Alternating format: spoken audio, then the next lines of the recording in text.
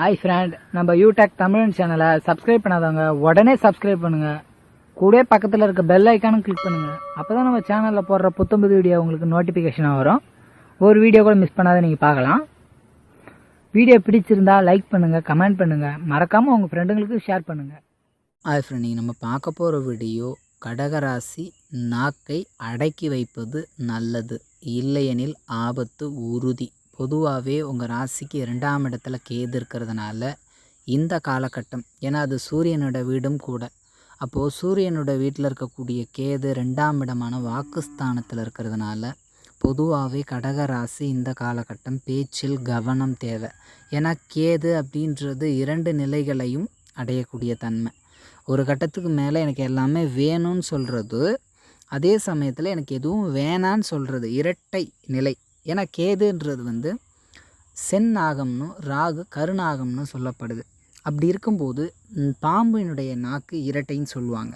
அப்போது அந்த கிரகம் 2ஆம் இடமான சிம்மத்தில் அமர்ந்திருக்கும் போது சில பேசும்போது கூடுதல் கவனம் தேவை. ஒரு வாக்குறுதி கொடுக்குறீங்க, மிக முக்கியமான விஷயங்கள் பேசுகிறீங்க, அந்த இடத்துல பேசக்கூடிய வார்த்தையில் கவனம் தேவை. எடுத்தறிஞ்சு பேசுறது, கோவத்தில் பேசுறது, இல்லை தான்ற அதிகாரம், தான்ற அகங்காரம், அல்லது பேச வேண்டிய இடத்துல பேசாமல் இருக்கிறது, இந்த மாதிரி பேச்சு சார்ந்த விஷயங்களில் கட்டாயமாக கடகராசி முக்கியமான இடங்களில் இருக்கும்போது இது அவங்களுக்கு மிகப்பெரிய ஆபத்தாக அமையுன்றது நிச்சயம் ஆணித்தரமான உண்மை, இது உறுதி. அதாவது இப்போது ஒரு பள்ளி பருவத்தில் இருக்கக்கூடிய பசங்கன்னா அவங்க முக்கியமான வாக்குறுதியோ மற்றதோ கிடையாது, படிப்பு சார்ந்த விஷயங்களில் படிக்கிறதுல கவனம் செலுத்தணும், அவ்வளோதான்.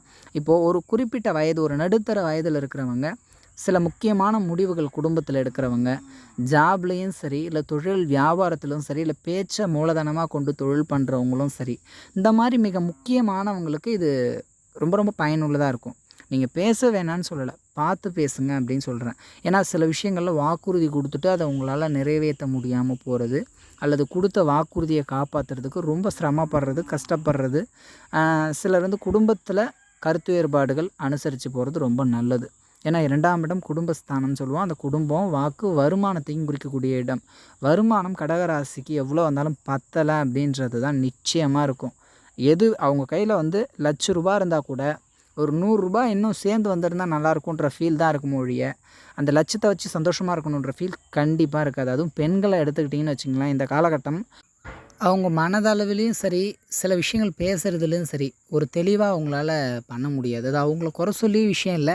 2ல் கேது இருக்கும்போது நிச்சயமாக கொஞ்சம் எடுத்தறிஞ்சு பேசுவாங்க, கோவப்படுவாங்க, சில விஷயங்களில் அதிகமாக வெறுக்க தோணும். குடும்பத்துக்காக எவ்வளோ கஷ்டப்பட்டேன், குடும்பத்துக்காகவே நான் என்னை மெழுகாக உருக்கினேன், எவ்வளோ கஷ்டப்பட்டிருக்கேன், பட் அந்த குடும்பம் என்னை எடுத்தறிஞ்சு பேசுகிறாங்க, இல்லை நான் சொல்கிறத சரியாக ரெஸ்பான்ஸ் பண்ண மாட்டுறாங்க, எனக்கு முக்கியத்துவம் கொடுக்கல அப்படின்ற மாதிரி குடும்பத்தினால பெரிய அளவுக்கு ஒரு நிறைவு இல்லாமல் போயிடும். நான் குடும்பத்துக்காக மாடு மாதிரி உழைச்சிருக்கேன், ஆனால் இந்த குடும்பம் எனக்காக என்ன பண்ணியிருக்காங்க, அவங்க விருப்பம், அவங்க முடிவு தான் எடுக்கிறாங்க, நம்மளுக்கு முக்கியத்துவம் கொடுக்கலன்ற மாதிரி ஒரு தாட் கண்டிப்பாக இருக்கும். ஆனால் இந்த இடத்துல நீங்கள் என்ன பண்ணணும்னா, ஒரு தெளிவாக எதுவாக இருந்தாலும் நம்ம குடும்பத்துக்காக அப்படின்னும் போது சில விஷயங்களில் விட்டு கொடுத்து போகிறதுனால எதுவுமே கிடையாது. அதனால் கடகராசி ஆண் பெண் இருபாலாருமே சரி, கொஞ்சம் நிதானமாக இருக்கிறது நல்லது. பேச்சு சார்ந்த விஷயங்களில் குடும்பம்ன்ற விஷயம் போது உங்கள் சைடில் எவ்வளோ இறங்க முடியுமோ இறங்கி போங்க. ஒன்றும் நீங்கள் வீணாகிட மாட்டீங்க. எப்போவுமே விட்டு கொடுத்து போகிறவங்க கெட்டு போக மாட்டான்னு சொல்லுவாங்க. நீங்கள் உங்கள் குடும்பத்துக்காக இறங்கி போங்க, ஒன்றும் வீணாகிட மாட்டீங்க. ஏன்னா 2ல் கேது இருக்கும்போது நிச்சயமாக உங்களுக்கு அதில் ஒரு நிறைவே கொடுக்காதுங்க. எப்படி நீங்கள் என்ன இருந்தாலுமே நிச்சயமாக ஒரு நிறைவுன்றது உங்களால் அங்கே இருக்காது. எவ்வளோவே இருந்தாலும் மனசுக்கு ஒரு தெளிவு, ஒரு நிறைவு இல்லாமல் ஒரு குழப்பம் இருக்கும். வருமானம் சார்ந்த விஷயங்களில் ஒரு கவலை இருக்கும். கொடுத்த பணம் வரல, இல்லை கேட்ட இடத்துல பணம் வரலன்ற மாதிரி பணம் சார்ந்த விஷயங்களில் ஒரு கவலை இருக்கும். குடும்பத்தின் தேவைகளை பூர்த்தி பண்ணுறது, குடும்பத்தோட சப்போர்ட் பெரிய அளவுக்கு இல்லையேன்ற ஒரு ஃபீல் இருக்கும். எனக்கு என் குடும்பம் ரொம்ப உறுதுணையாக இருந்திருக்கலாம், நான் ரொம்ப குடும்பத்தை தான் நம்பியிருந்தேன், பட் அவங்களே எனக்கு முடியாதுன்னும் போது ரொம்ப கஷ்டமாக இருக்குது அப்படின்ற மாதிரி குடும்பத்தில் கொஞ்சம் ஃபீல் பண்ணுற மாதிரி ஒரு தாட் கண்டிப்பாக வரும். மற்றபடி பேச்சில் கடகராசி கண்டிப்பாக கவனம் செலுத்தணுங்க. நீங்கள் பேசக்கூடிய பேச்சு எவ்வளோ வேணாலும் பேசலாம், அது விஷயம் கிடையாது. ஆனால் பேசக்கூடிய அந்த பேச்சின் தாக்கத்தை உணர்ந்து பேசணும். இது நல்லது, இது கெட்டது, இது சொல்லலாம், இது சொல்லக்கூடாது, இதை கொஞ்சம் நிதானமாக நீங்கள் பேசும்போது நல்லாயிருக்கும். அதிகமாக பேசவே தேவையில்லை, அளவாக பேசுங்க. தேவை இருந்தால் பேசுங்க, தேவையில்லாத இடத்துல நீங்கள் பேசவே தேவையில்லை. அது உங்களுக்கு ரொம்ப நல்லது. ஏன்னா இந்த காலகட்டம் அதுதான் உண்மை. நீங்கள் தேவையில்லாமல் ஒரு இடத்துல அதிகம் பேசுகிறீங்கன்னா அதனால் பிரச்சனை வர்றதுக்கு வாய்ப்பு இருக்குது, வாக்குவாதம் வர்றதுக்கான வாய்ப்பு இருக்குது, மனஸ்தாபம் ஏற்படும், கஷ்டங்கள் அதிகரிக்கும். அதனால் பேச்சை குறைச்சி தேவையின் போது பேசுங்க, தேவையற்ற பேச்சை குறைச்சிக்கிறது ரொம்ப நல்லது.